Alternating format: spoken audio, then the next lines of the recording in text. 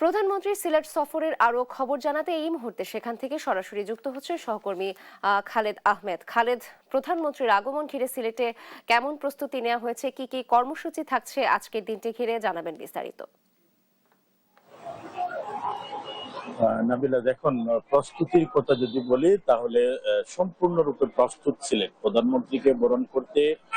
BNP এবং সরকারের পক্ষ থেকে সব ধরনের প্রস্তুতি কিন্তু ইতিমধ্যে গ্রহণ করা হয়েছে এবং একই সাথে নিরাপত্তা ব্যবস্থার কথা যদি বলি, কঠোর নিরাপত্তা ব্যবস্থা কিন্তু এই মুহূর্তে সিলেট শহরে আমরা দেখতে পাচ্ছি। বিভিন্ন মোড়ে মোড়ে পুলিশের অবস্থান আমরা দেখেছি এবং একই সাথে আপনি কর্মসূচির কথা জানতে চেয়েছেন। প্রধানমন্ত্রী কিন্তু সকাল 10টায় হযরত শাহজালাল আন্তর্জাতিক বিমানবন্দরে এসে পৌঁছার কথা এবং সেখান থেকে তিনি সরাসরি অল্লিকুল শিরোমণি হযরত শাহজালাল রহমতুল্লাহ আলাইহি এর মাজার জিয়ারত করবেন।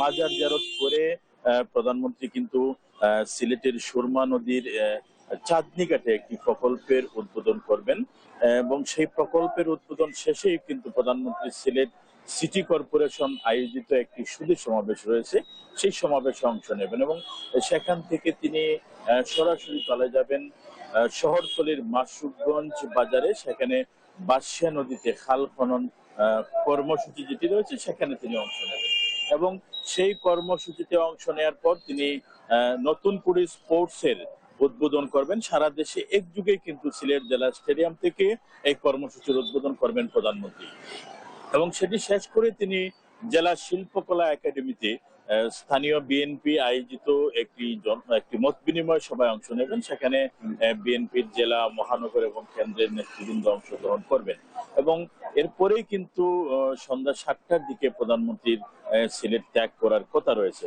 এবং আপনাকে যদি বলে রাখি যে প্রধানমন্ত্রীর এই সিলেট সফরকে কেন্দ্র করে কিন্তু নেতা কর্মীদের মধ্যে এক ধরনের উচ্ছ্বাস আমরা দেখছি এবং একই সাথে এখানকার যারা সাধারণ মানুষ আছেন তারা তাদের কিছু প্রত্যাশার কথা বলেছেন। এর মধ্যে একটি প্রত্যাশার কথা তারা বলেছেন, যেটি সিলেট ঢাকা মহাসড়ক 6 লেন যে সড়কটি হচ্ছে সেটির দ্রুত গতিতে যাতে সম্পন্ন হয় এবং সিলেট ইঞ্জিনিয়ারিং কলেজকে প্রকৌশল বিশ্ববিদ্যালয়ে রূপান্তরের দাবি কিন্তু রয়েছে সিলেটবাসী। তো এই ছিল সিলেটের প্রধানমন্ত্রীর সফর নিয়ে আমার কাছে সর্বশেষ তথ্য।